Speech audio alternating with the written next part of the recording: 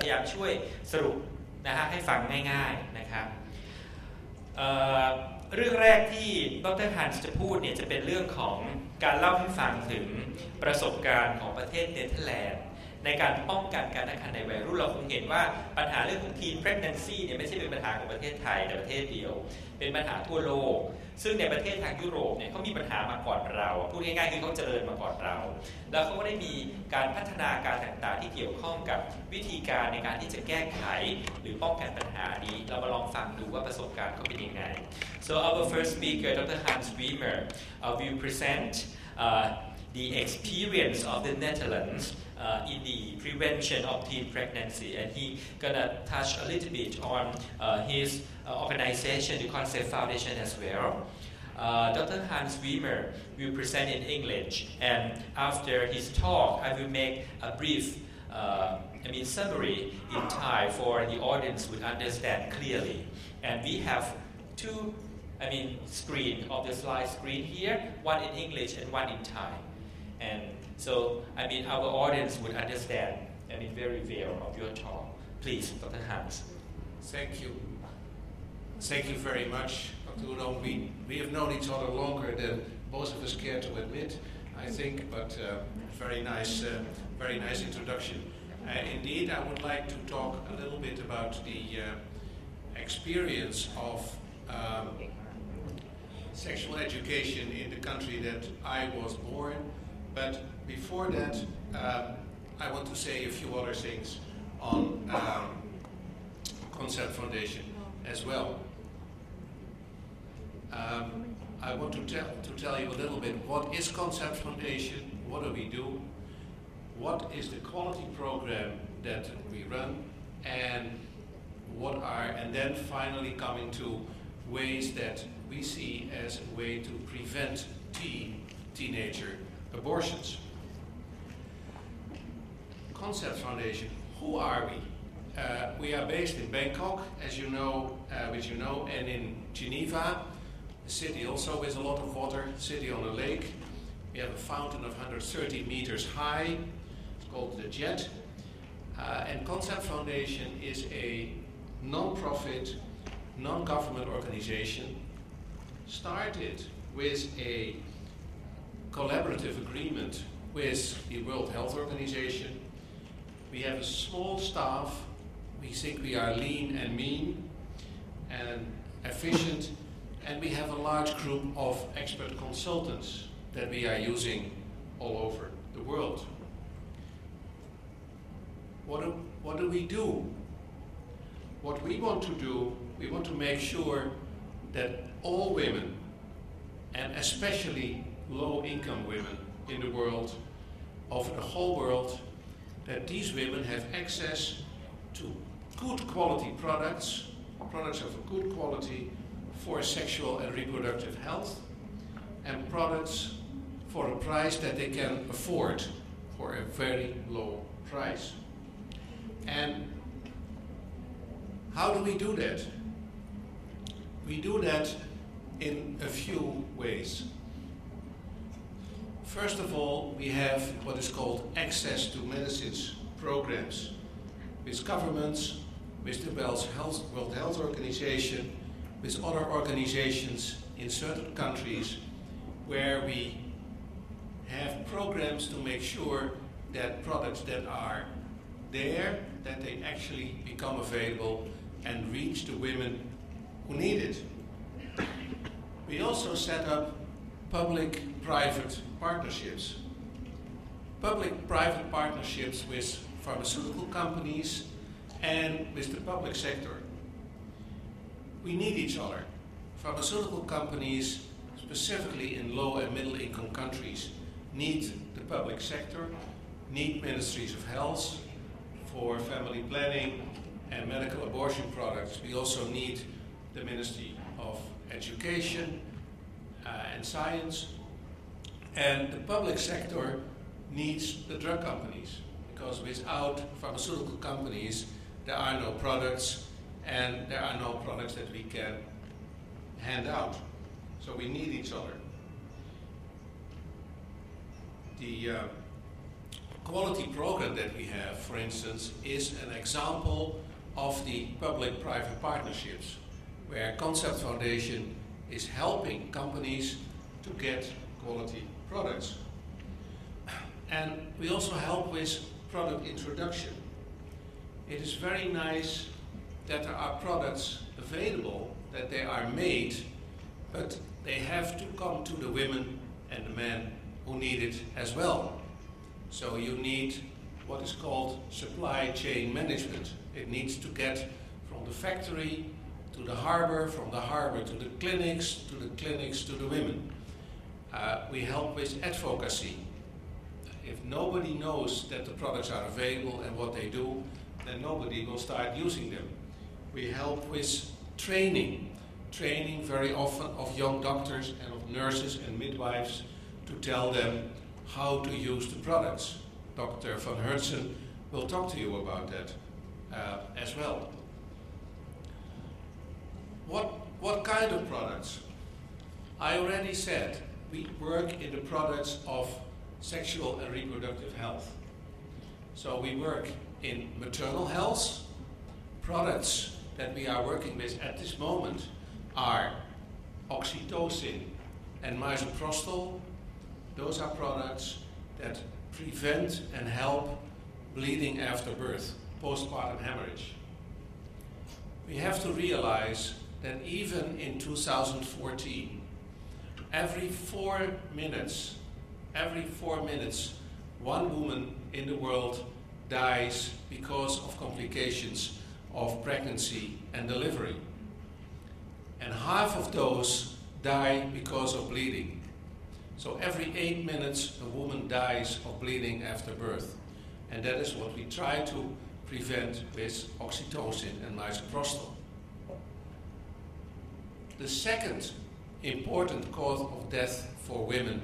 in pregnancy is eclampsia. Eclampsia is a disease which leads to high blood pressure, hypertension, liver disease, kidney disease, disturbances in blood coagulation, and that can be very easily prevented by a cheap product, magnesium sulfate, but that must be available as well. And in many countries, and in many clinics, it's still not available. So those are the products that we work on in maternal health. We also work on family planning products. Family planning is, of course, the best way to prevent a problem in pregnancy is to prevent a pregnancy. So we work in family planning products. We believe very much in the right of women and the right of men to choose the number of children that they want, to choose the time they want the children, and to choose the form of family planning that they want. So we work with oral contraceptives, with pills. We work with injectables, the MPA, and we work with emergency contraception, Plan B, for instance. And finally, we work on products for safe abortion. Sometimes people ask me, so you work on abortion, so you are in favor of abortion. I'm definitely not in favor of abortion, but if a woman thinks that the only solution for her is to end this pregnancy and to have an abortion, then we think the right thing to do is to do it in a safe and reliable way, instead of illegal abortions, coat hangers, acids, etc., etc. So that's what we do. I want to say a few words about the quality program that Concept Foundation is running. Why is quality so important? Because you would think if you go to a pharmacy here in Bangkok, if you go to a modern pharmacy, the products you get are of a good quality. That is absolutely true here. But if you go, I think, maybe a little bit farther away from Bangkok in Thailand, or if you go to other countries, or if you go to Abuja in Nigeria, and you go to a pharmacy, then you don't know if the products are good quality or not. And we think that the woman in Nigeria has as much right of a good product as a woman in Norway. A woman in Bangkok has the same rights to a good quality product as a woman in Brussels. So that's why we think quality is important. And what is quality? Quality means that if you go to a pharmacy, or if a woman gets a product when she is in the field, if a healthcare professional, a local healthcare professional, gives a woman a certain product, that we know that it is consistently and predictably meeting all the quality standards. So that all the products, all the tablets in a strip, all the ampules in a package have the same quality.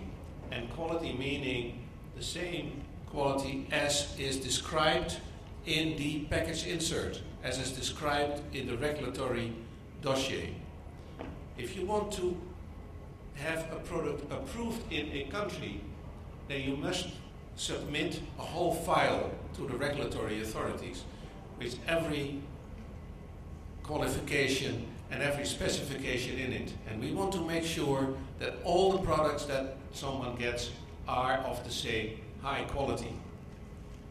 That means quality must be part of the whole process,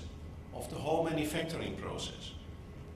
You cannot just say, oh, we check a product at the end, and then if it's a good quality, then it will probably be okay. Quality cannot be inspected or tested into the product, as some people think. Quality must be there from the beginning. Quality control is not the same as quality assurance. And what are the implications of a poor quality product? A poor quality product can contain impurities, can contain stuff that's not supposed to be in there. It can lead to side effects that you don't want. It can lead to death. And just as a small example, that last year in Bangladesh, which is a country not far from here, 6 women died after receiving a low-quality DMPA product. They were coming to the clinic for an injection for contraception, and they died from the product because it contained so many impurities. That's what we want to avoid. It can also have not just about the quality, also the quantity of a product cannot be right. It can be too much, or it can be too little. And the products that we are talking about, like family planning products, if they don't have enough hormone, if it's too little hormone, the side effects is that you get pregnant. And that's the last thing you want if you start to take a contraceptive pill. So that's why we think quality is important. To give you an idea of API. API is active pharmaceutical ingredient. That's the actual working ingredient in a medicine. Now, if you look at aspirin, the pink part is the active ingredient, and there's a little bit of salt and sugar around it to keep the aspirin together and make it into a pill. So that is relatively easy to produce. If you look at mifepristone, it's the product that Dr. van Hertzen will talk about later, it's about 50-50. Half of the product contains active pharmaceutical ingredient, the pink part, and the blue part is what's called the inactive, that's needed to keep it together, to make sure that it falls apart when you get it in your stomach, etc., etc. But now look at a contraceptive pill. A contraceptive pill is almost all sugar, and a very little part are the hormones, levonorgestrel and ethinyl estradiol. And you can imagine that it is very, very difficult to get exactly that amount of hormone into each and every pill in a strip, and in each and every strip in a box. If you are just half of, which is a very, very little amount, then the pill is not active anymore. So that's why quality is so important. Let me give you one scientific slide. That's this one. This is misoprostol that was tested by the Concept Foundation during a period of, as you can see, up to 6 years old products. The red lines, the red dotted lines, indicate 90 to 110%, meaning authorities, regulatory authorities, realize that it is very difficult to get exactly the amount, exactly 200 microgram into a pill. So they say, if it's between 90 and 110%, we're okay. So if it is between 180 and 220 micrograms, that's okay. That is what's called within specifications. But you can see that some products already are, some products are consistently good. Those are the products that are all in the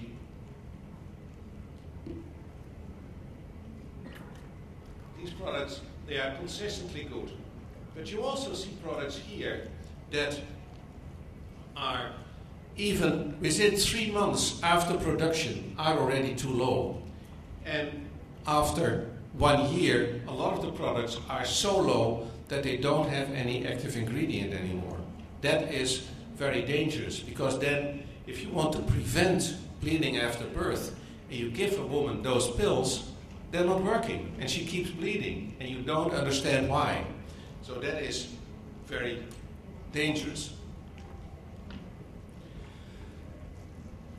World Health Organization has what is called a pre-qualification program, and we are working on that with that WHO on that pre-qualification program with help from support from the United Nations Commission for Life-Saving Commodities for Women and Children.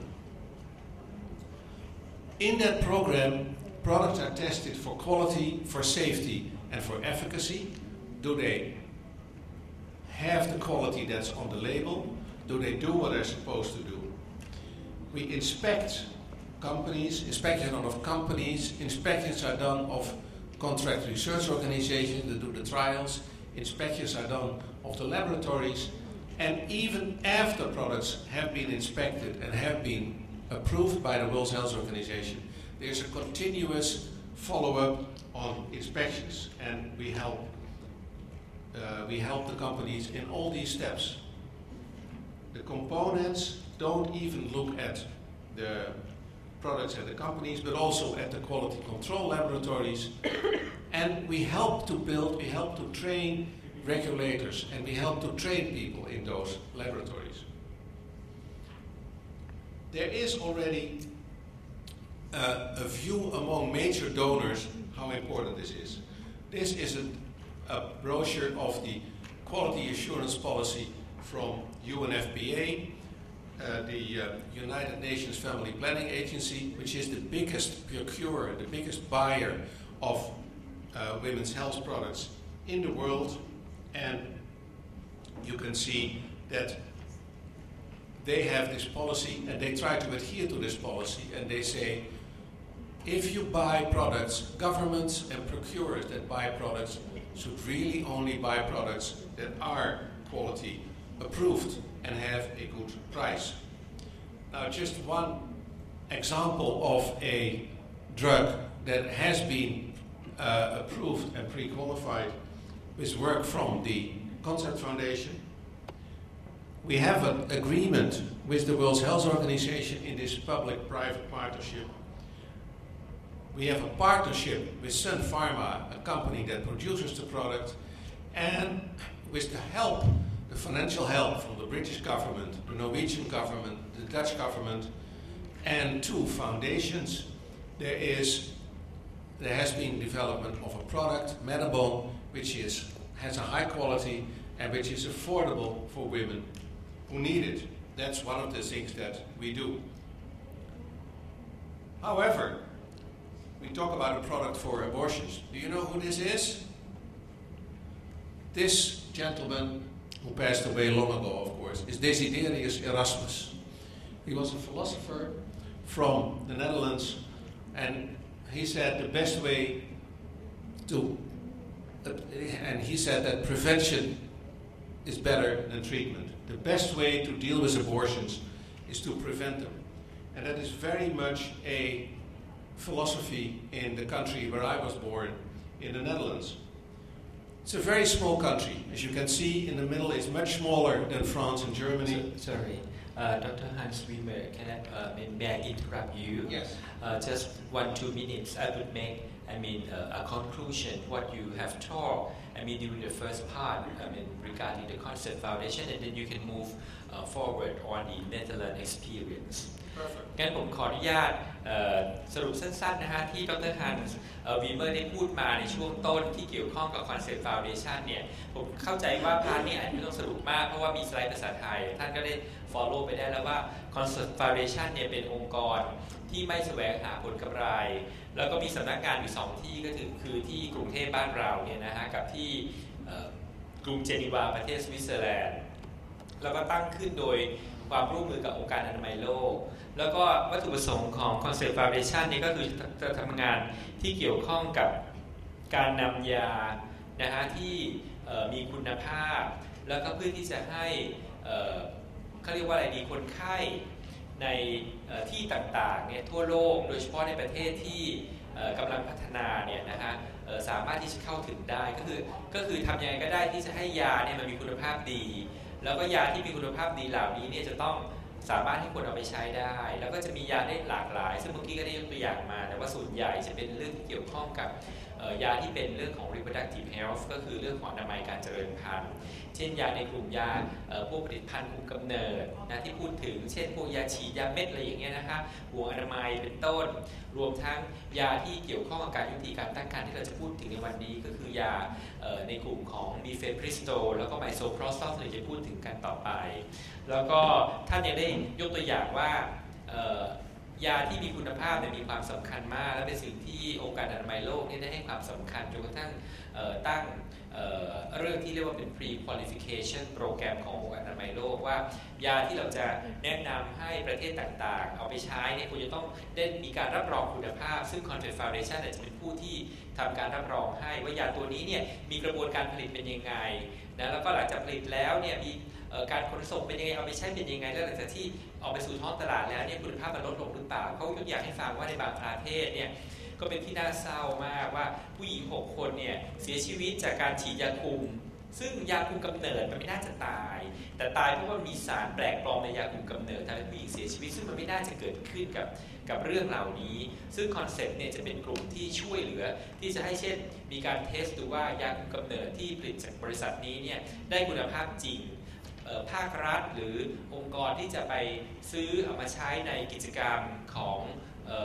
หน่วยงานหรือกิจกรรมของประเทศจะได้ซื้อยาได้ที่มีคุณภาพได้รวมทั้งช่วยในเรื่องของการทำให้ราคาเนี่ย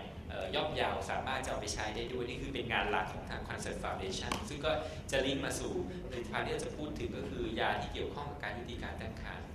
นะฮะอันนี้ก็เป็นลักษณะของงานของ Concept Foundationซึ่งเดี๋ยวต่อไปเนี่ยท่านก็จะได้พูดถึงประสบการณ์ของประเทศเนเธอร์แลนด์ที่ท่านเป็นพลเมืองของประเทศนี้ว่าเรื่องของ teenage pregnancy หรือการตั้งครรภ์ในวัยรุ่นเนี่ยเขามีวิธีการป้องกันอย่างไรนะครับ Please. Thank you. As I said, it's a very small country in the middle of Europe. It's 120 kilometers from east to west and 200 kilometers from north to south. 13 million people live there. That's in the whole country, not just in the capital.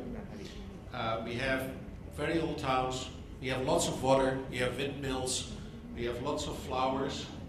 We have a beautiful culture. And we have great technology. But also, we have a very low teenage pregnancy rate. Teenage pregnancy rate, which is 7 per 1,000, which is 10% of the incidence of teenage pregnancies in Thailand. And the Dutch have worked very hard to get there. A very low teenage pregnancy rate also leads to a very low teenage abortion rate. In the United States, most of the pregnant teenagers get their babies. Figures from Thailand, I must say, are hard to get on the number of teenage abortions, but I know that in the Netherlands, 7 per 1,000 teenagers get pregnant per year, 2 deliver a baby, and 5 are getting abortions. And UNICEF even recently acknowledged that the Netherlands have the lowest teen pregnancy rate in the world. So we believe in good and honest sexual education. Every year in early April, which is the springtime in the Netherlands, there is a program starting at schools which is called Spring Itching. That's how it's called. It's called at school, program at schools. Parents are encouraged to talk to their children that it's time to talk, and it's very heavily government supported. Campaigns on the internet, on television, in discourse, in pharmacies, with healthcare professionals, and the government supports a massive, consistent, long-term public education campaign starting every year and turning around every year, because of course every year new children come to school. It starts early, the spring itching. It starts early, meaning it starts in primary school. It starts with children that are 5 and 6 years old. Children are curious.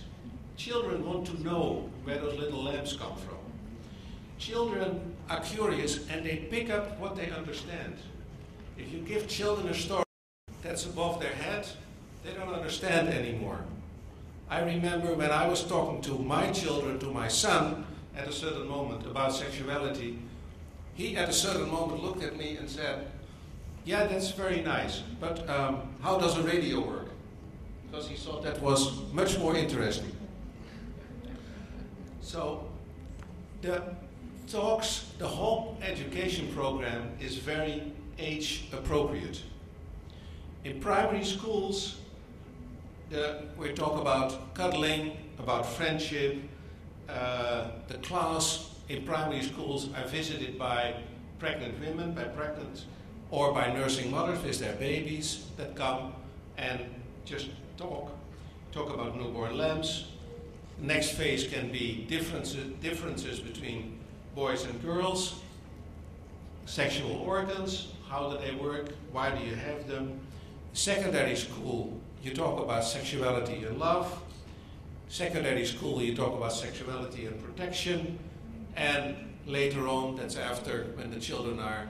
14, 15, 16 years old, you start talking about sexually transmitted diseases and how to prevent them. The program is called Long Live Love. And you might say, well, and there's no mentioning of abortion. There's virtually no mentioning of abortion in those programs because we see it as the absolute last resort. If you give kids good education on sexuality and on family planning, they will not need an abortion. That is that's the philosophy.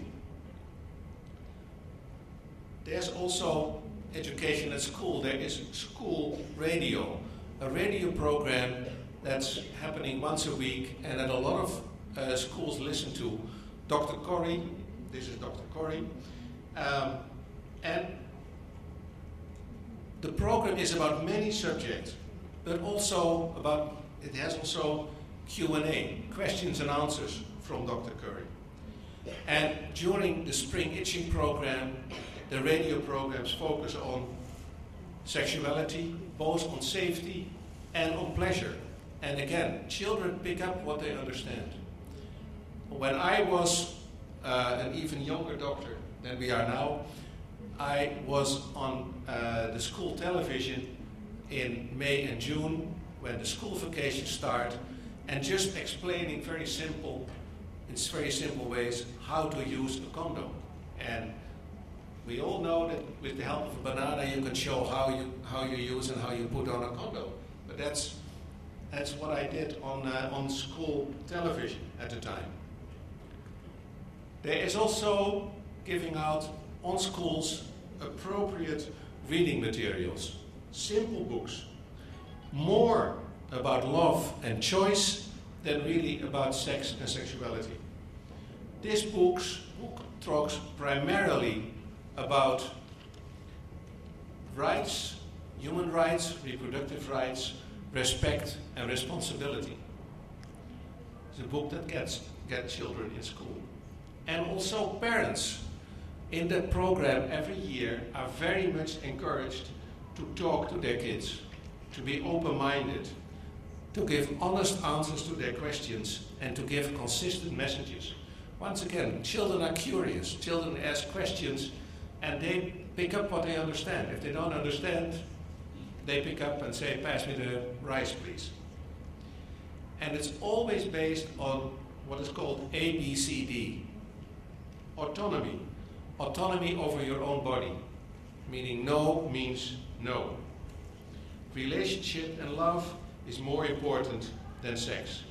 Should always start with relationships. Connectedness between parents and children. That's when you get trust, and that's when parents listen to that's when kids listen to their parents. And connectedness between children, between teenagers. If there's no connectedness, no relationship, there will be no sex. And we talk about diversity. It's okay to be different. It's okay to do something different. And about disparity. It's okay to disagree, but with respect. And a consensus is also among parents that children, whether we like it or not, but children have sexual activities.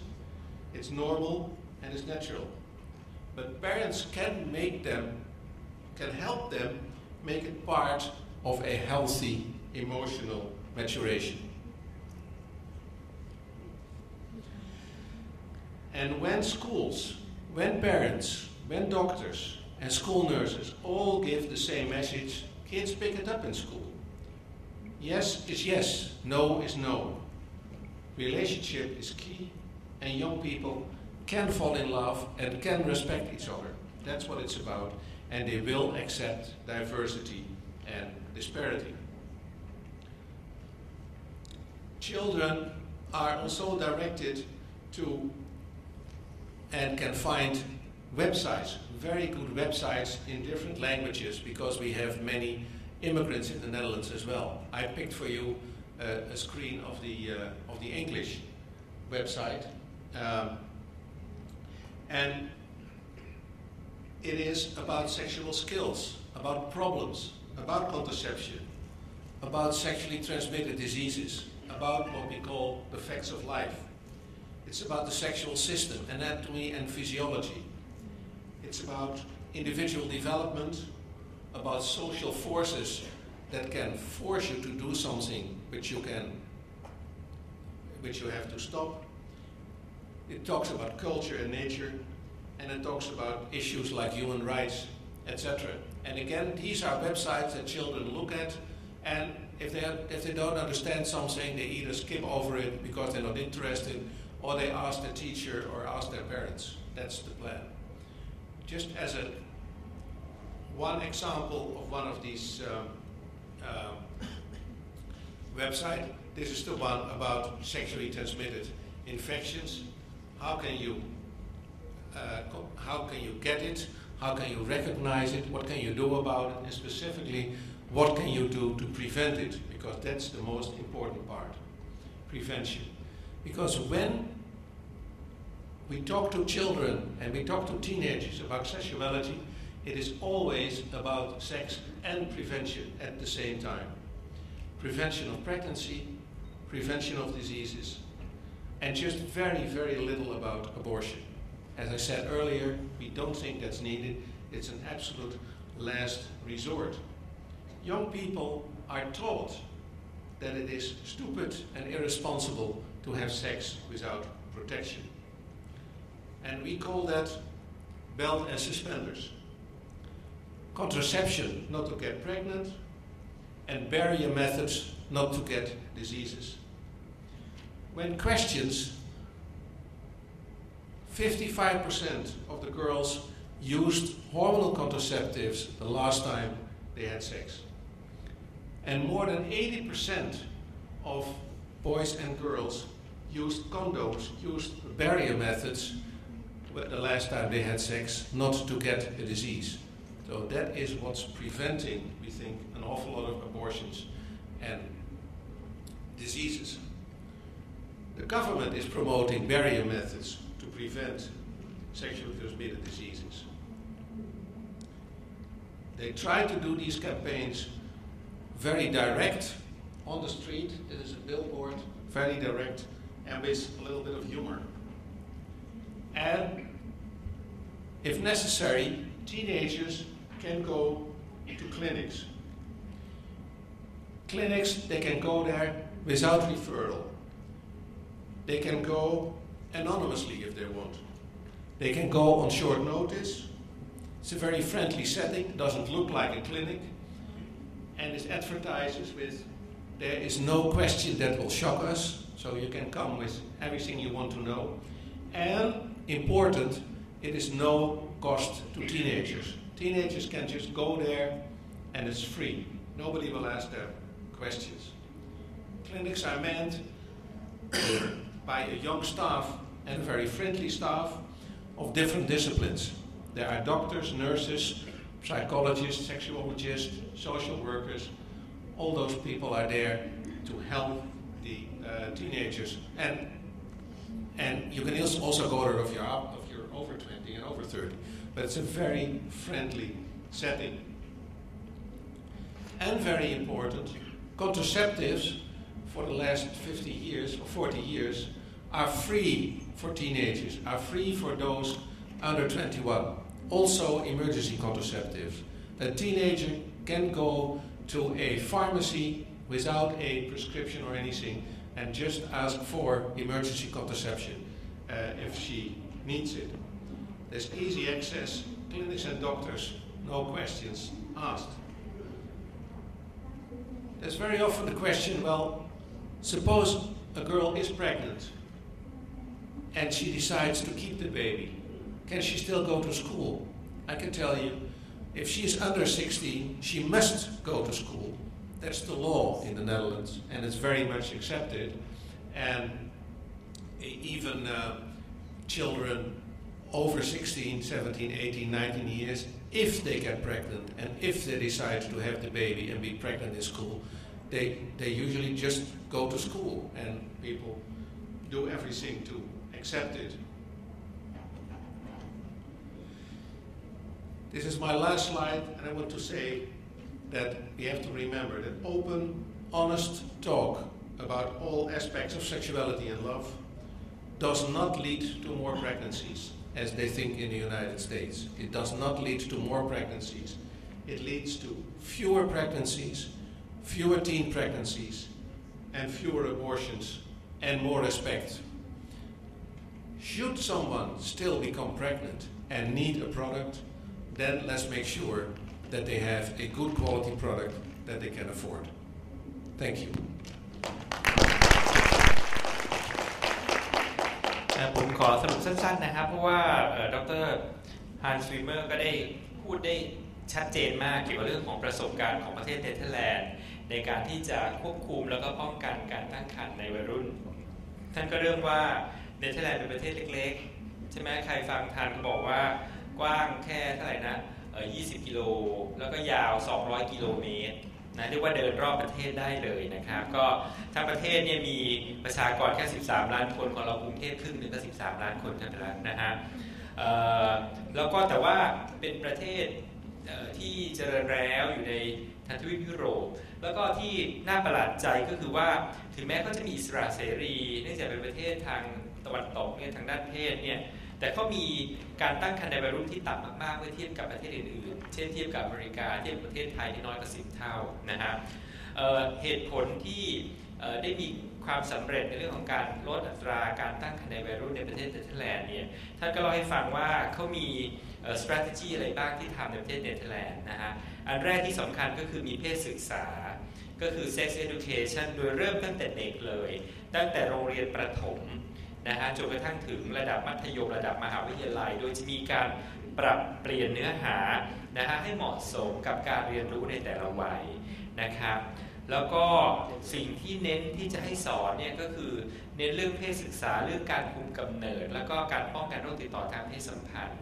จะพูดถึงเรื่องการทำแท้งน้อยมากเหตุผลบอกว่าไม่ใช่ว่าพูดตอนแรกก็พูดเลยว่าถ้าท้องไม่พร้อมก็มาทำแท้งให้อะไรคงไม่ใช่เป็นสิ่งแรกที่พูดถึงแต่สิ่งที่พูดถึงในเนเธอร์แลนด์ก็คือว่าทำอย่างไร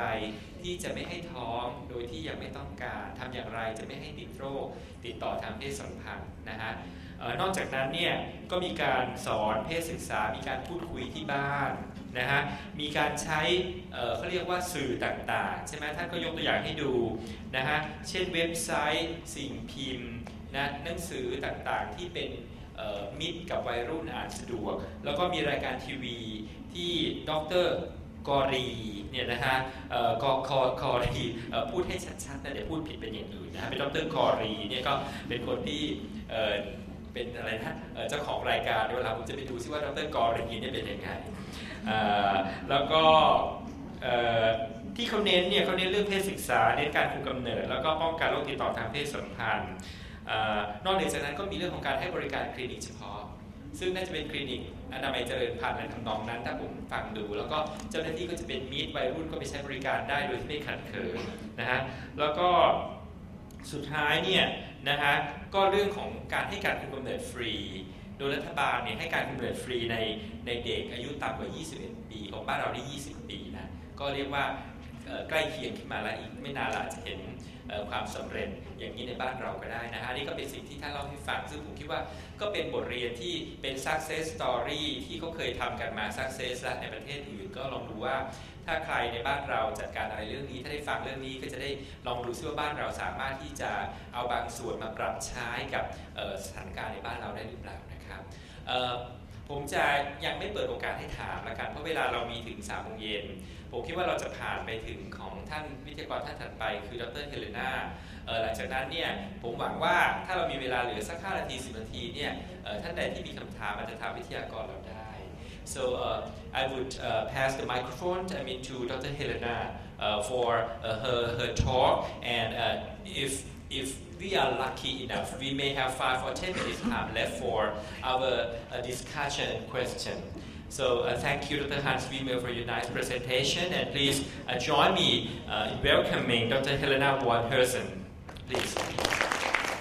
And Dr. Helena would speak about the access to quality medication for,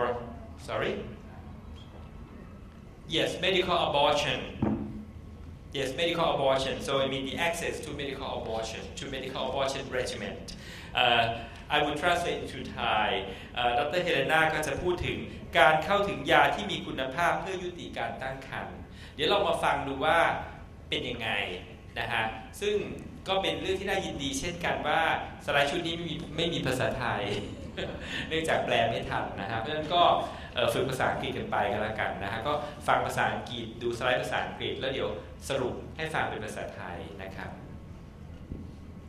Thank you, Professor Arnop. Thank you so much. In fact, my role is now to tell when the prevention doesn't work, what can be done after that. So my topic is introduction of medical termination of pregnancy. I have been working in countries to try to introduce with the Minister of Health medical termination of pregnancy, and I'm going to explain a little bit these issues to you. First, there may be people who don't know what is medical termination of pregnancy, so I will explain first a little bit about that.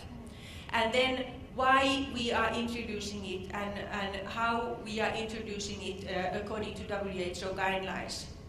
And then more how in the country what we have to take into consideration when we are introducing this new technology. So what is medical termination of pregnancy? So it is terminating pregnancy using drugs, using medication. And this is not really terribly new. People have always tried to use something to terminate pregnancy during centuries. But what is interesting here is that for the first time we have an effective means of terminating pregnancy if this is needed. Progesterone is a hormone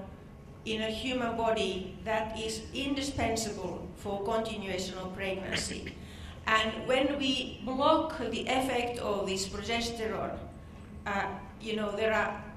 events that happen in the body that lead to miscarriage. And 1980s, in fact, an anti-progesterone called mifepristone was synthesized accidentally. And there were studies to look at how this can be used to terminate pregnancy, but alone it was not very effective.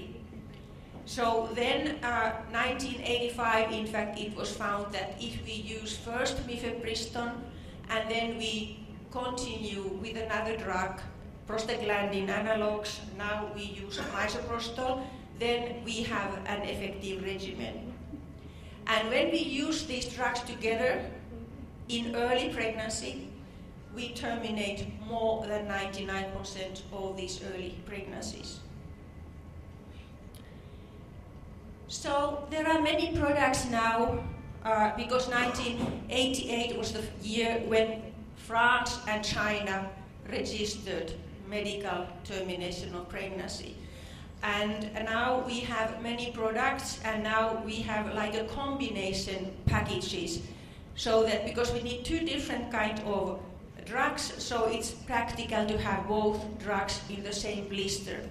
So we have a mifepristone pill, 200 milligram, and then we have 4 misoprostol pills, each are 200 microgram. The regimen is very simple. Woman swallows the tablet of mifepristone, and then 1 to 2 days later she takes these 4 tablets of misoprostol. She can take them vaginally, or she can put these tablets under the tongue. Normally when we did studies we used 2 tablets first, and when they had melted she took another 2 tablets under the tongue. And how these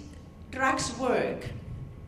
I mentioned already that mifepristone is anti-progesterone, so it means that it goes in the body. We have receptors for hormones, so this mifepristone goes to progesterone receptors and blocks them so that progesterone cannot use these receptors.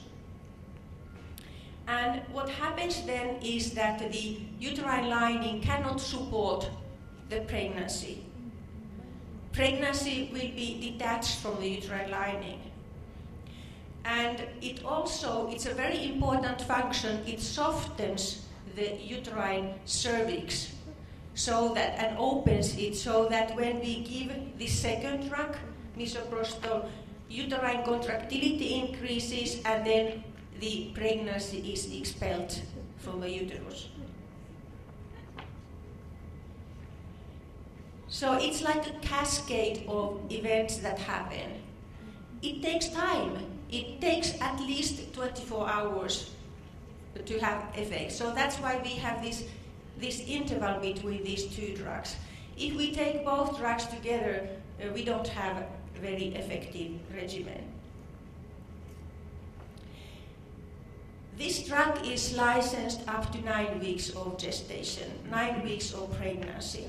63 days since last menstruation. In fact, at this time, we don't have any baby. We have just a small, tiny sac. Sometimes it's even difficult to find when woman has bleeding, to find that she even was pregnant. You want to summarize? So let me summarize a little bit about the beginning, the first part of your talk. ดูรูปนี้เนี่ยจะเข้าใจง่ายมากดร. Helena เนี่ยบอกว่าวันนี้เนี่ยจะมาแนะนำผลิตภัณฑ์ที่ใช้ในการยุติการตั้งครรภ์คือคำว่าทำแท้งเนี่ยคนไทยฟังแล้วบางคนจะรู้สึกคันอ่ะผมใช้คำว่า irritate คือทำให้รู้สึกว่ามันไม่สบายตัวก็เลยใช้คำว่ายุติการตั้งครรภ์อาจจะดูไพเราะกว่าก็คือยาที่ใช้ในการยุติการตั้งครรภ์นะครับซึ่งบอกว่า การที่การตั้งครรภ์จะดำเนินไปได้ดีจะต้องอาศัยฮอร์โมนชนิดหนึ่งซึ่งเป็นฮอร์โมนที่ปกติหลังจากที่มีการปฏิสนธิแล้วเนี่ยนะครับรังไข่ก็จะสร้างฮอร์โมนชนิดหนึ่งที่ชื่อว่าฮอร์โมนโปรเจสเตอโรนฮอร์โมนโปรเจสเตอโรนเนี่ยจะเป็นตัวที่จะมาเลี้ยงให้ตัวอ่อนมีการเจริญเติบโตต่อไปได้นะดังนั้นถ้าเผื่อว่าเราสามารถไปขัดขวางไม่ให้ฮอร์โมนโปรเจสเตอโรนสามารถจะทำงานได้แล้วนะการตั้งครรภ์ก็จะต้องยุติลงอันนี้ก็ง่ายๆเพราะฉะนั้นยาตัวแรกที่จะเอามาใช้ในการยุติการตั้งครรภ์เนี่ยก็คือยาที่จะไปต้านโปรเจสเตอโรนภาษาอังกฤษเรียกว่าเป็นแอนตี้โปรเจสเตอโรนนะยาตัวนั้นเนี่ยถูกสังเคราะห์ขึ้นในปี 1980 ยาตัวนั้นเนี่ยมีชื่อทางสูตรเคมีว่า RU486 อยู่ตรงนี้ตรงกลางๆมดลูกเนี่ย RU486 นะฮะซึ่งมีชื่ออีกชื่อหนึ่งทางเคมีว่ามีเฟปริสโตนยาตัวนี้เนี่ยจะไปบล็อกทำให้โปรเจสเตอโรนไม่สามารถจะทำงานได้พอทำไม่ได้เขาเรียกอะไรดีพวกไข่ที่ถูกผสมแล้วที่เป็นถุงเนี่ยมันก็ไม่รู้จะมีอาหารอะไรมาเลี้ยงมันก็ฝ่อเหี่ยวไปพูดตรงๆก็คือว่าไปทำให้การตั้งครรภ์ไม่สามารถจะดำเนินต่อไปได้อันนี้ก็คือยาตัวแรกทีนี้เนี่ยเขาบอกว่ายามีเฟปริสโตนตัวเดียวนะถ้าเผื่อไปทำก็ทำให้การตั้งครรภ์ไม่สามารถดำเนินต่อไปได้แต่ว่าพวกผลิตภัณฑ์ของการตั้งครรภ์ที่อยู่ภายในมันจะไม่หลุดออกมาจะทำให้หลุดออกมาจะได้ผลดีก็ต้องบวกกับยาอีกตัวหนึ่งที่ไปทำให้มดลูกมันบีบตัวนะซึ่งยาตัวนั้นก็คือยาที่ชื่อว่าไมโซโพรสตอลเพราะฉะนั้นเนี่ยการเอายา2ตัวมาใช้ร่วมกันก็คือใช้ยาต้านโปรเจสเตอโรนที่ชื่อว่ามีเฟปริสโตนหลังจากนั้นอีก 1-2 วันตามด้วยยาที่ชื่อว่าไมโซโพรสตอลเนี่ยนะฮะก็จะทำให้มีประสิทธิภาพสูงมากในการที่จะยุติการตั้งครรภ์ได้เกินกว่า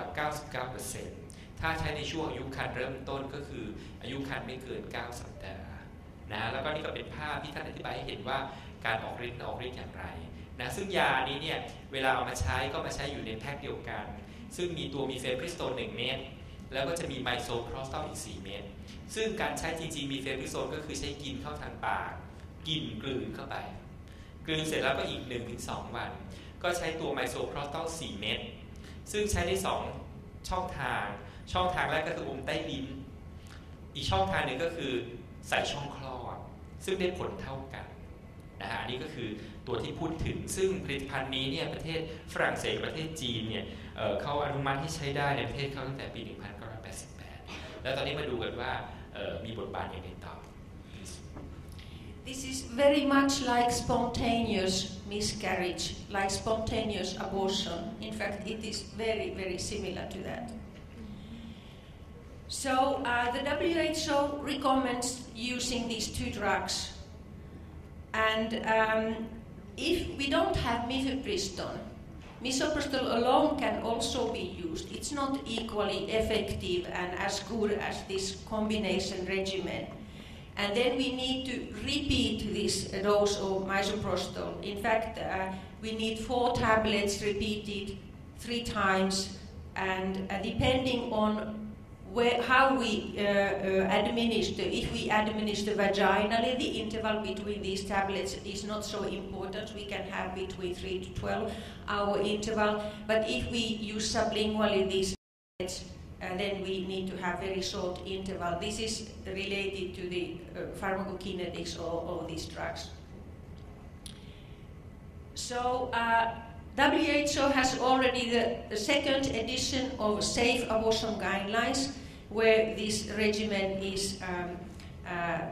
mentioned, and they also regard this regimen as one of the recommended regimens because it has certain advantages.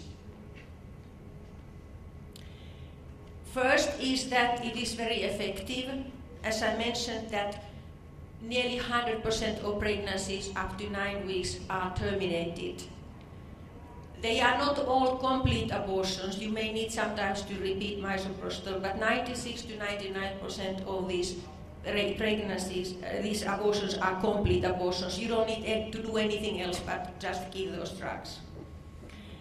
And I mentioned already that when mifepristone is used as a pre-treatment, we need significantly less misoprostol. And we have less side effects, of course, because the side effects are mainly because of misoprostol. Many countries have already registered mifepristone. You see here we have 58 countries during the 26 years of when mifepristone has been available that have registered the drug and are using it in their services. It's quite an impressive list of countries. What are the advantages then? Why these countries have registered mifepristone? One is woman's choice. If women can have a choose between surgical abortion and medical abortion, high majority of women, they choose medical abortion. And one reason is that women feel that it's more natural. It's like a normal, usual miscarriage. And also it seems to be easier for providers because they don't need to do the procedure, surgical procedure. They can just counsel women well and give the tablets, instruct how to use the tablets. And in fact, what has been also seen in countries where medical abortion has been introduced, we see that women come earlier. They have easier access to these services,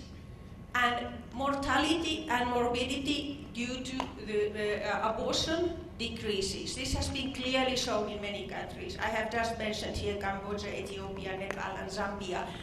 Doctors tell that they don't see any more complicated abortions when they're in the hospitals. And I mentioned that the women come very early. In fact, they come so early that there is no baby. It's just a small tissue that is in the uterine wall. And what is very important is that when we have safe services, women can be given effective contraception after, so they don't need to repeat these abortions later. And as I mentioned also, it's very easy to provide. In many countries, there are mid-level providers that are trained mid-level providers that provide these services. This is just an example from Sweden, but it can be shown in any country where medical abortion has been introduced. In Sweden, 1992, medical abortion was introduced into services, and you see here that the abortions that are less than 8 weeks, proportionally their number increases while the late abortions decreases. In fact, in the countries where you have medical abortion services, you see very seldom late abortions. And this is an advantage because early abortions are safer, they are easier to provide, and they are more effective. Few contraindications for medical abortion. Of course, allergy. And the most important contraindication is if the pregnancy is not inside the uterus. It's called ectopic pregnancy. And then if woman has some illnesses like already anticoagulant therapy, and then very rare blood disorder called inherited porphyria. So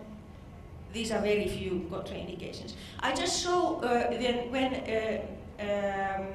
medical abortion was introduced in Nepal, WHO did a study. This was in fact a study comparing whether nurses can provide equally well medical abortion as doctors. And you see that they were newly trained providers, and you see that the very high efficacy. And what we see, in fact, all the time is that the efficacy decreases a little bit when the duration of gestation increases. So, but it is still very high. This is complete abortion rate. 0.5% of the pregnancies still continued after one dose of these drugs. Side effects. After mifepristone, there are very few side effects. Mifepristone is extremely safe drug. There are hardly any complications after mifepristone. Some women may start having some spotting, bleeding because uterine contractions start. Main side effects are after this prostaglandin drug, misoprostol, but most side effects are related to the abortion process because, of course, women have bleeding when they abort. There are uterine contractions that cause pain, and some women may have sometimes short fever or some rash even because of these drugs. So we are here talking about adolescence and pregnancy. We know that pregnancies during adolescence are often unplanned, and many times, most of the time, they lead to abortion. In fact, it is known worldwide that if a woman decides to have abortion, the law doesn't prohibit her. She is going to have abortion. If she doesn't get abortion safely, she is going to have unsafe abortion.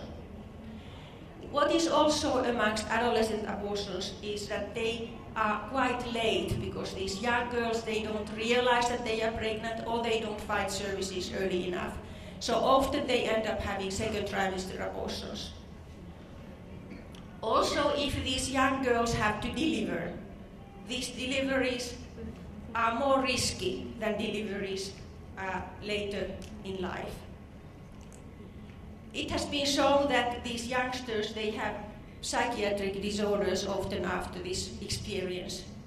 psychological problems if they have to have a child when they are very young. And babies born to adolescents have higher morbidity and mortality. This has been clearly shown, especially, for instance, in Nepal. And when we are thinking these adolescent girls, medical termination of pregnancy, if we terminate the pregnancies, it's safer and it's also technically easier than surgical abortion. Many times the uterine cervix is so small that it's difficult to have surgical abortion. It's a social problem when a schoolgirl is pregnant. What is her future? And then also it may cause a lot of problems to the family. Okay. Sorry to interrupt you. เดี๋ยวผมจะขออนุญาตสรุปช่วงที่2ที่ดร. Helena พูดคือเมื่อกี้เราผ่านไปถึงช่วงแรกว่า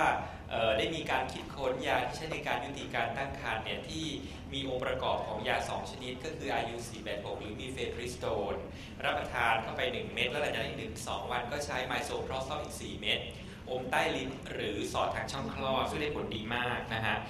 ท่านก็ได้พูดต่อว่าสูตรยาตัวนี้เนี่ยนะฮะหรือที่มีชื่อทางการค้าว่าเมดาบอนเนี่ยเป็นสูตรยาซึ่งองค์การอนามัยโลกให้คำแนะนำว่าประเทศต่างๆควรจะใช้ในการให้บริการยุติการตั้งครรภ์ซึ่งขอเท้าความไปด้วยตั้งแต่วิทยากรท่านแรกว่าการที่มาพูดถึงเรื่องการยุติการตั้งครรภ์ไม่ได้แปลว่าจะมาส่งเสริมให้คนทำแท้งแต่ถ้ามีความจำเป็นนะฮะจะต้องให้บริการที่มีความปลอดภัยแก่ผู้หญิงเราไม่ได้บอกว่าเราลุกขึ้นมาบอกว่าไปทำแท้งกันเถอะคงไม่ใช่แต่เราจะต้องให้มีการให้บริการยุติการตั้งครรภ์ที่มีความปลอดภัยสูงกับผู้หญิงนะครับหากมีความจำเป็นซึ่งองค์การอนามัยโลกนี่ก็ได้ทำคู่มือที่เป็นเขาเรียกว่าเป็นไกด์ไลน์ขององค์การอนามัยโลกในเรื่องของ safe abortion หรือการยุติการตั้งครรภ์ที่มีความปลอดภัยซึ่งได้ใส่สูตรยาที่พูดถึงเนี่ยยา2อย่างนี้ออกเข้าไปซึ่งเป็นสิ่งที่ประเทศต่างๆทั่วโลกเนี่ยจะต้องนำมาให้บริการกับประชาชนในประเทศของตนนะครับนอกเหนือจากนั้นเนี่ยดร. Helena ได้พูดถึงว่าเมื่อเปรียบเทียบกับการยุติการตั้งครรภ์โดยวิธีทางศัลยกรรมคือศัลยกรรมเราคงได้ยินใช่ไหมว่าใช้การขูดมดลูกก็ใช้เครื่องมือเข้าไปขูดกวักในโพรงมดลูกเนี่ยเอาเนื้อออกมานะเมื่อเทียบกับวิธีการทางศัลยกรรมแล้วนะฮะการใช้ยาเนี่ยจะทำให้เกิดการแท้งที่ใกล้เคียงกับการแท้งตามธรรมชาติเช่นมีปวดท้องมีเลือดออกแล้วก็มีอะไรหลุดออกมาแล้วก็หายปวดจะมีลักษณะที่เป็น natural มากกว่าการใช้วิธีทางศัลยกรรมในการที่จะยุติการตั้งครรภ์นะฮะนอกเหนือจากนั้นท่านก็บอกว่าวิธีที่พูดถึงนี้เป็นวิธีที่เหมาะกับวัยรุ่นหากมีความจำเป็นเพราะว่าวัยรุ่นนั้นถ้าเผื่อจะ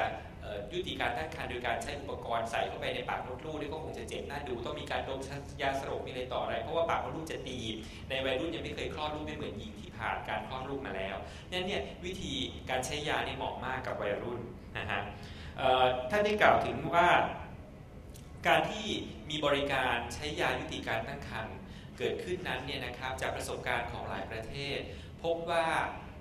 ถ้ามียายุติการตั้งครรภ์ที่มีประสิทธิภาพและสามารถเข้าถึงได้เนี่ยจะทำให้การยุติการตั้งครรภ์เนี่ยเป็นไปได้ตั้งแต่อายุครรภ์น้อยๆไม่ใช่ว่าเก็บจนกระทั่งเด็กโตขึ้นมาแทบจะคลานได้แล้วเนี่ยแล้วที่มาเอาออกเนี่ยผมไม่ใช่นะเช่นรู้ว่าขาดประจำเดือนไปนิดเดียวขาดอาทิตย์2 อาทิตย์ยังอายุครรภ์อ่อนๆเนี่ยกินยาเสร็จแล้วก็เรียบร้อยไปเลยนั้นความทรมานต่างๆก็จะลดน้อยลงทุกอย่างดูเป็นธรรมชาตินะท่านก็ยกตัวอย่างของประเทศสวีเดนบอกว่าตั้งแต่ที่สวีเดนได้มียาสูตรที่ว่าเนี่ยใช้ในประเทศเนี่ยทำให้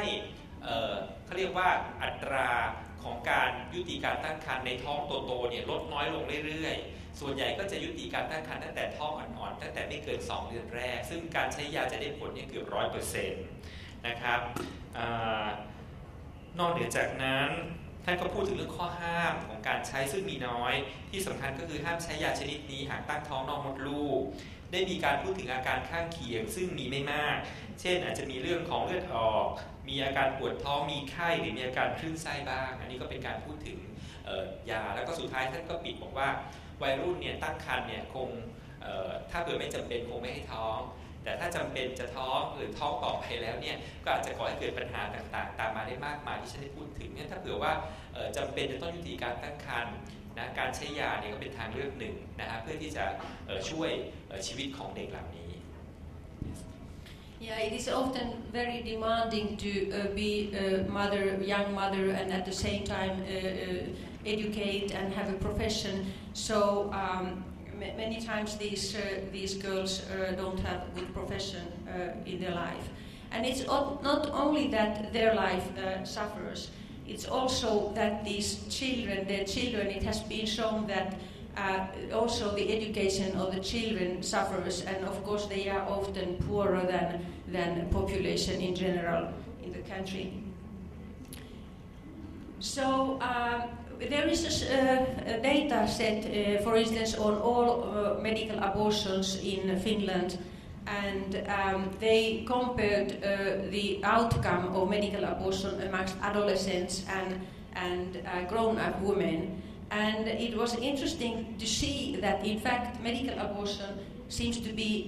a little bit more effective amongst adolescents than adult women, and also the complication rate is very, very low. I mentioned that medical abortion is very much accepted, in fact. In a WHO study that we did, 94% of women were very satisfied after the procedure. And half of the women had less side effects than they expected. 36 women had less pain than expected, and some women had less bleeding than they expected. And then in that study we compared sublingual route and vaginal route, and it was nearly half and half preference between these groups. And then sometimes misoprostol can be taken at home, and in this study most women preferred, however, to take the misoprostol at the clinic. As I mentioned, it is very safe technology. There are no long-term effects. There is it doesn't cause any future infertility, no preterm delivery in future pregnancies, no cancers, no breast cancer, and no severe psychological reactions. I already mentioned that it can help increase access to safe abortion services in a country because it requires less equipment, facilities and staffing. This has been shown in many countries already. I mentioned that mid-level providers can effectively provide services. This is the fact, in fact, in most countries, that they are nurses that provide these services. And already I mentioned that majority of women choose medical abortion if they can have a choice. And very importantly, it is psychologically many times easier for the providers to provide medical abortion than surgical abortion. Sorry. I mentioned already that post-abortion contraception is very important because these women who have unwanted pregnancy, they don't want to become pregnant again. And contraception has to be effective. And now it is like a tendency to have effective long-term reversible contraceptives, like intrauterine device, implant, and in fact I know that in Thailand now these are available to women under 20 for free. Because women can become fertile already 10 days after medical or surgical abortion, so it is very important to prevent further pregnancies. And if women then chooses to have oral contraceptives, they can be started on the day of misoprostol already. So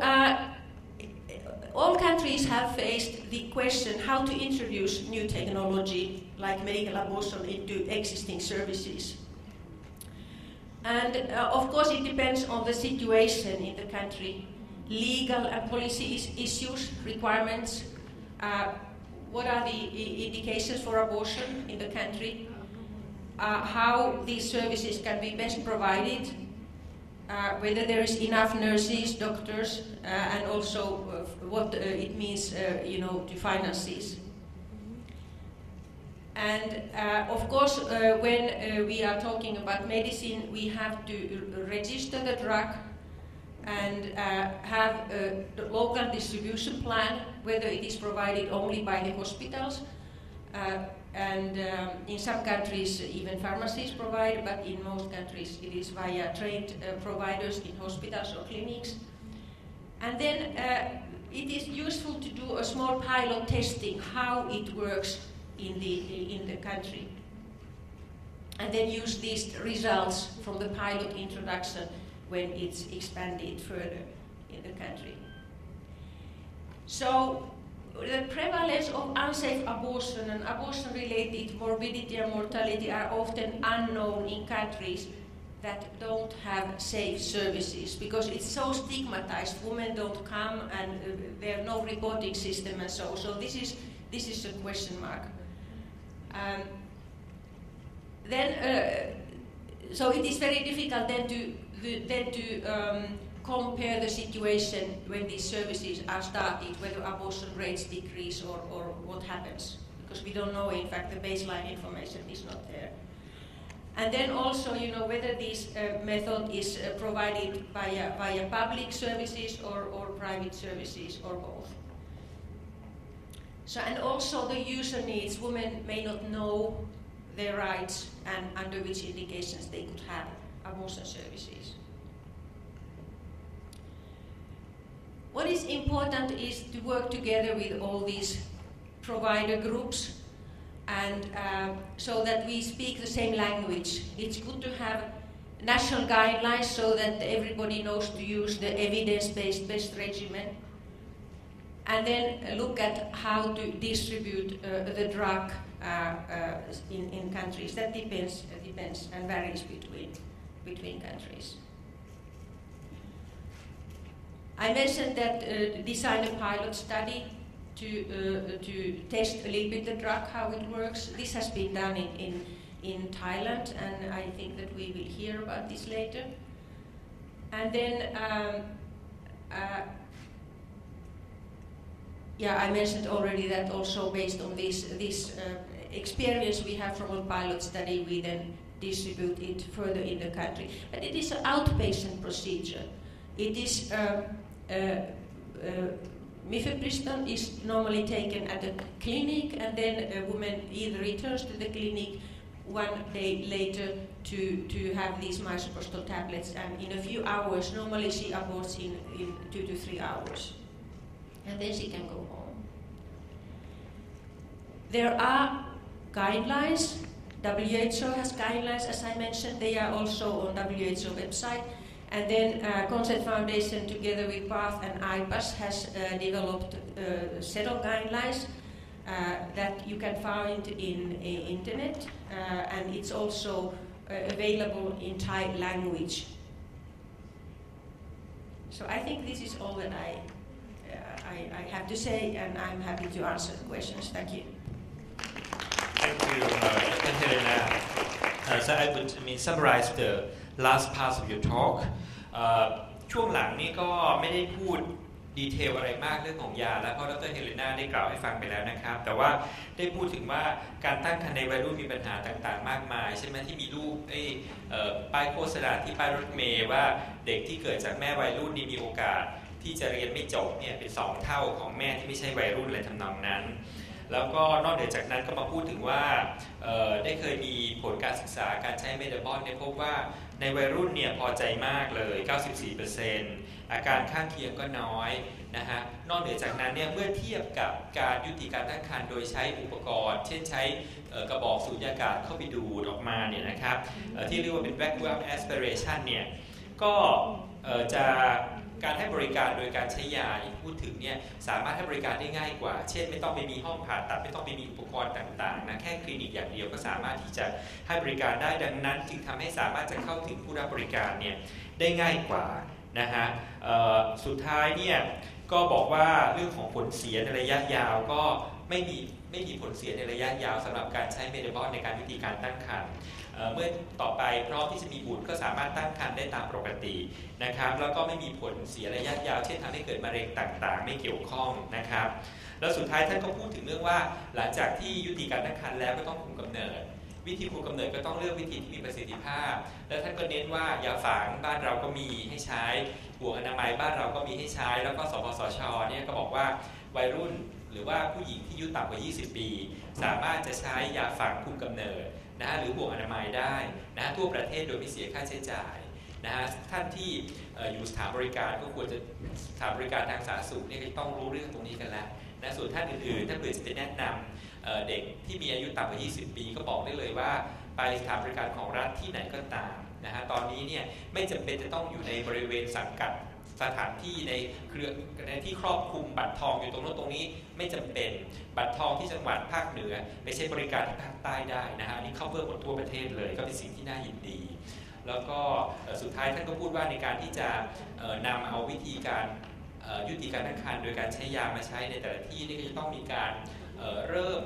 ที่เรียกว่าทำไพลอตคือทำโครงการนำร่องนะหลังจากนั้นก็มาเป็นบทเรียนในการที่จะปรับเปลี่ยนประสบการณ์ต่างๆมาเพื่อที่ขยายการให้บริการไปสู่ทั่วประเทศซึ่งก็เป็นสิ่งที่ประเทศไทยเนี่ยได้ทำมาแล้วก็กำลังดำเนินการต่อไปนะครับซึ่งจะเป็นเซสชั่นถัดไปนะที่จะคุยถึงกันตอนนี้เรามีเวลาประมาณสัก5 นาทีในการที่จะซักถามคำถามนะครับก็ขอเชิญซักถามคำถามใช้ภาษาอะไรก็ได้ไทยหรืออังกฤษยกเว้นภาษาอื่นที่ผมฟังไม่รู้เรื่องก็ไม่สามารถจะแปลได้ถ้าเกิดท่านใช้ภาษาอื่นกรุณาแปลเป็นไทยหรืออังกฤษด้วยเชิญเลยครับสัก 2-3 คำถามก็ได้วันนี้เนี่ยนะ first hand information เลยนะดร. Helena เนี่ยนะทำวิจัยเมทาบอลระดับโลกมาเลยเนี่ยคนนี้คือเจ้าแม่แห่งเมทาบอลอย่างแท้จริงคือผลงานวิจัยท่านตีพิมพ์เยอะแยะวารสารระดับชั้นนำของโลกเช่น Lancet เนี่ยก็มีผลงานเรื่องนี้มาโดยตรงถ้าใครอยากถามได้เลยนะคนนี้รู้เยอะที่สุดแล้วก็ดร. Hand เนี่ยก็ทำงานเรื่องเกี่ยวกับการวางแผนครอบครัวแล้วก็เรื่องของ Vemer Health มาเป็นเวลานานมากนะเจอกันมาตั้งแต่ผมยังเป็นเด็กจนผมแก่เนี่ยก็เจอกันมาตลอดเนี่ยก็ทำงานด้านนี้มาตลอดนั้นก็จะเห็นว่าท่านก็มีประสบการณ์มากจริงๆใครต้องการถามเชิญเลยครับแล้วเดี๋ยวเซสชั่นถัดไปเนี่ยก็เจอ first hand นะคือประเภทคนที่ทำวิจัยในประเทศไทยทำไพลอตอะไรนะโครงการนำร่องในประเทศไทยก็จะมาเล่าให้ฟังอย่างแท้จริงที่เสียดายคนที่ไม่ได้เข้าชั่วโมงนี้นะโอกาสที่จะหาฟังเรื่องดีๆอย่างนี้เนี่ยยากมากจะบอกให้นะเพราะไม่ใช่เรื่องที่อยู่ดีๆจะไปเป่าประกาศตามหน้าหนังสือพิมพ์ได้ถ้าไม่ใช่เป็นการประชุมแบบนี้เนี่ยคงไม่มีใครเอามาพูดให้ฟังกันมีคำถามไหมครับคือท่านไม่เข้าใจเลยท่านถามได้เลยจะไม่มีการว่าคำถามอันนี้ไม่ฉลาดจะไม่พูดแบบนั้นจะบอกเป็นคำถามที่ประเสริฐที่สุดSo I just encourage our audience to ask some question since I inform the audience that we have the real expert here to answer the question เชิญครับข้างหลังเชิญเลยครับใช้ยาในอายุครรภ์ที่มากกว่า9สัปดาห์ค่ะอาจารย์ไม่ทราบว่าในของ WHO หรือว่าในที่ไหนที่เขามีการศึกษาไหมอันนี้พูดถึงยาเมตาบอลพูดถึงการใช้ยา so the question is since we have talk about the introduction of the metabon to be used in pregnant below 9 weeks and what about pregnant bigger than beyond 9 weeks the medicine for this You know the current registration in countries is up to 9 weeks. It doesn't mean that it cannot be used beyond 9 weeks. It is very safe and perhaps even the best. The issue is just that there were no data for registration because when you register a drug you need to have clinical data in the registration file. It is used routinely up to 20 weeks, for instance in Europe, but it's unlicensed use. And the regimen is a little bit different then because you start with the same mifepriston, then you have 36 to 48 hours before you start misoprostol. You give 4 tablets misoprostol, preferably vaginally, and then you repeat 2 tablets every 3 hours sublingually until abortion. And even in second trimester, the mean time to abortion is 6 to 8 hours, and it is very safe. คำตอบก็คือว่าจริงๆเนี่ยยาที่พูดถึงคือเมทาบอลเนี่ยใช้ยุติการตั้งครรภ์ไม่ใช่ว่าแค่ต่ำกว่า9สัปดาห์แต่ต่ำกว่า9สัปดาห์เป็นอันที่ได้รับการขึ้นทะเบียนแล้วก็ได้รับการอนุมัติให้ใช้จริงๆแล้วเนี่ยบอกว่าในยุโรปเนี่ยเขาใช้ได้ถึงอายุครรภ์5เดือนหรือ20สัปดาห์นะฮะแต่ว่าเป็นอันที่ยังไม่ได้รับการอนุมัติให้ใช้เนื่องจากว่าต้องรอเพิ่มผลงานวิจัยผลงานทางวิชาการแต่ว่าจริงๆแล้วเนี่ยถ้าอายุครรภ์ใหญ่กว่า9สัปดาห์ก็สามารถจะใช้ยาชนิดนี้ได้เพียงแต่ว่าปริมาณของยาอาจจะต้องเปลี่ยนไปคือใช้มีเฟปริสโตน1เม็ดเท่ากันแต่ไมโซโพรสตอลที่ถ้าเผื่อว่าเราใช้แค่4เม็ดใช่ไหมในสูตรที่เราพูดถึงเนี่ยถ้าเผื่ออายุครรภ์มันใหญ่มากขึ้นอาจจะต้องให้หลายครั้งซึ่งเช่นให้ทุก3ชั่วโมงแล้วจะต้องมีการรับไว้เป็นคนไข้ในโรงพยาบาลซึ่งตอนนี้เนี่ยเราก็ได้มีทำการแพลนทำการศึกษา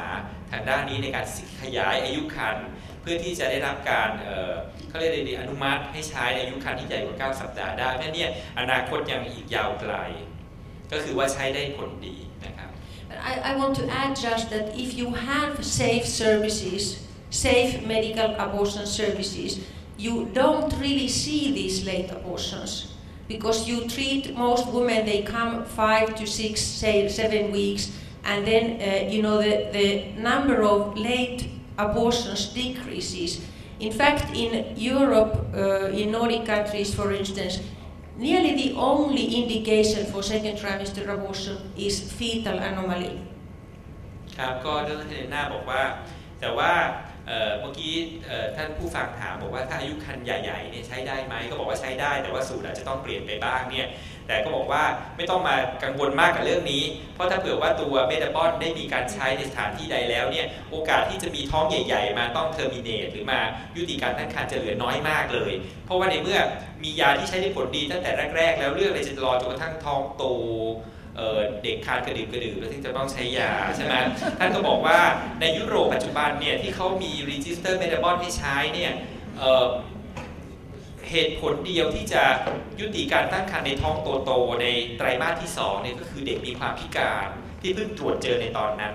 ถ้าเผื่อเป็นเรื่องอื่นเช่นปัญหาการท้องที่ไม่พร้อมเนี่ยเขาจัดการตั้งแต่ช่วง9สัปดาห์แรกนี่ก็จะไม่เหลือละก็จะหมดปัญหาที่จะเจอตอนท้องโตๆซึ่งอาจจะเจอบ้างแต่คงจะน้อยมากครับ Dr. Hand, do you have any comment or anything you would like to talk to the audience before we close our session? No, thank you for having given me this opportunity, and I realize that culture is different in different countries, and it could very well be that the Thai culture is different from the Netherlands culture. But I just wanted to tell the people that in a very open culture, as in the Netherlands, that honest and open sexual education works. Very often people think that we are a country without laws because abortion is free, and pills are free, and and even the in this on the street somewhere. Thank you. ครับดร. Hans ก็บอกว่าท่านเข้าใจว่าวัฒนธรรมในแต่ละที่มีความแตกต่างกันในประเทศที่เปิดมาก Open Culture เช่นเนเธอร์แลนด์เนี่ยเขาก็เปิดมากเช่นเรื่องการพูดเรื่องเพศเนี่ยเขาก็เปิดพูดแบบที่เขาบอกว่าเป็น Open แล้วก็ Honest ก็คือประเภทจริงใจนะไม่ซ่อนเร้นก็คือเปิดพูดกันตรงๆเนี่ยกับจะเป็นประโยชน์แล้วท่านก็บอกว่ายิ่งปิดมันก็จะยิ่งไปเปิดยิ่งห้ามมันก็ยิ่งอะไรนะยิ่งห้ามมันยิ่งยุเพราะฉะนั้นในเรื่องเพศเรื่องอะไรเนี่ยนะการคุมกำเนิดเพศศึกษาเนี่ยก็เปิดซะเถอะให้เข้าใจอย่างถ่องแท้แล้วจะไม่เป็นการที่จะไปยั่วยุหรือไม่เป็นการกระตุ้นให้เด็กเนี่ยอยากจะกระทำอันนี้คือสิ่งที่ท่านอยากจะฝากเอาไว้ในฐานะที่ท่านเป็นคนนอกประเทศนะคือคนที่อยู่ใน culture อื่นแต่ก็บอกว่าประสบการณ์ทางด้านนั้นเนี่ยสอนมาแบบนี้ผมคิดว่าเวลาเราหมดแล้วนะครับก็ขอบคุณที่ตั้งใจฟังนะครับและคิดว่าท่านจะได้ประโยชน์เอาไปใช้ต่อไปได้ในงานของท่านนะครับแล้วก็I would like to express my great thanks to our two expert speakers here, Dr. Hans Vemer and Dr.Helena von Hertzen. Please give a big applause to them. นะครับแล้วก็เดี๋ยวผมขอคืนไมโครโฟนให้แก่ท่านผู้ดำเนินรายการขอบคุณครับ